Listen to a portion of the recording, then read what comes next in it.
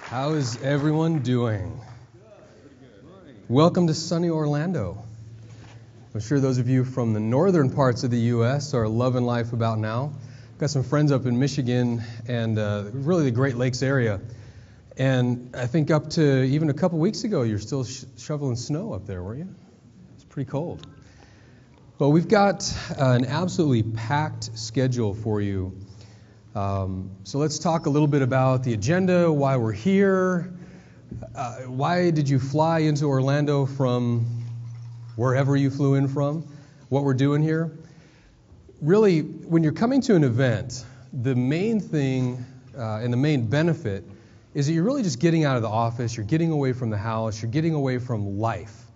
And you're sequestering yourself with a group of people that are looking to do the same thing. I mean, we're all here to learn how to make more money trading the markets. And there's a big, big effect that you get when you leave that environment. In fact, I have just involved myself with a couple of groups specifically so I can get out of the house more. Because when you sit inside of your office for too long, you know, they call it cabin fever for a reason. I'll put it that way. So we're here to talk about tactics. We're here to talk about plans. By the time you leave here, you're going to have the elements of a trading plan that you can use on Monday morning. That's our objective. So we're going to have some very packed sessions. So please keep your questions until the end. We're going to have some mics there that'll be live during the Q&A sessions. You'll be able to come up to the mic. We'll spend a half an hour or more if we need to. The agenda right now is we're slated to end fairly early in the afternoon so that we've got more time. More time for questions, more time for interacting after the sessions. We're going to be very tight on the scheduling during the day, but we've left some room on the margins. Okay? As you're going through the seminar, you're more than likely going to have all these little ideas that come into your head. The absolute best thing to do is to have a separate place for those types of ideas so you can jot them down and forget about them for the moment. The last thing you want to do is try and record every single word because you're going to wind up missing something that we say up here on the stage. You've got the books. There's going to be quite a bit of information in the books. We'll also make the DVDs available to you so you can go back and review those. But the main thing is to let it all soak in. Your brain is designed in an amazing way, and believe me, it's soaking it all in. One of the main things that I want you to walk away from is the idea that the market is about action, right? You see something, you have to take it. It's about grabbing opportunity. We can't afford to hesitate. In fact, some of the techniques that Cecil and I are going to be sharing with you are very powerful. In fact, what we're going to go over today with the Hercules software and the Japanese trader and talking about the Yakuza and really is kind of a neat story. That system is so powerful that you need to take action quickly. You need to be able to recognize what's going on and go after it. So we'll talk a little bit about that. So during the seminar, as we go along, I'll be doing little fun things to help you stay focused and stay energized. We're not here to try and motivate you, but really just to keep you excited. Okay, so will you play along with me with that? Okay. That sounded really excited. That's great. As we go through the event, my goal is to keep you involved in what we're doing and to keep you participating in what we're doing.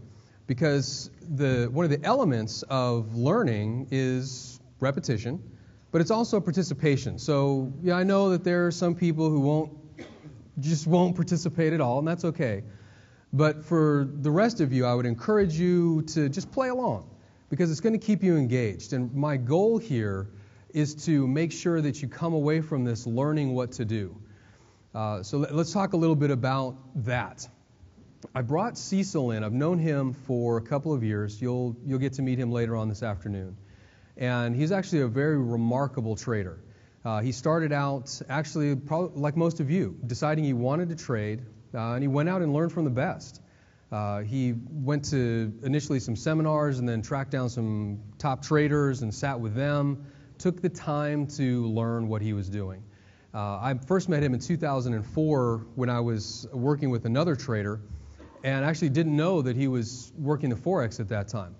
He had another rather large business that he was really focusing on. What he's going to be talking about is an element of trading that really I'm not the best person to teach you, and that's mechanical trading. So let's talk about that. There are two basic kinds of trading. You have a discretionary trader, who's somebody like me, and you've probably noticed by now in my videos, when I go on a bit, it's because I'm trying to tell you what I just do automatically. When I look at a chart, what do I see? What do I think? What am I doing as I'm looking at the market? And sometimes that doesn't always come across. Okay, that can be a difficult skill to translate. It's much like in the old days with the trade guilds, right? And this is going back into the 1500s. If you wanted to be a carpenter, you didn't go down to your local vocational school. You went to see the guild master.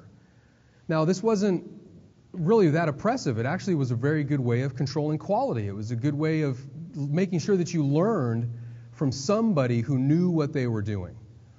Well, most of if any of you are artists, most of what you do as an artist can't easily be distilled.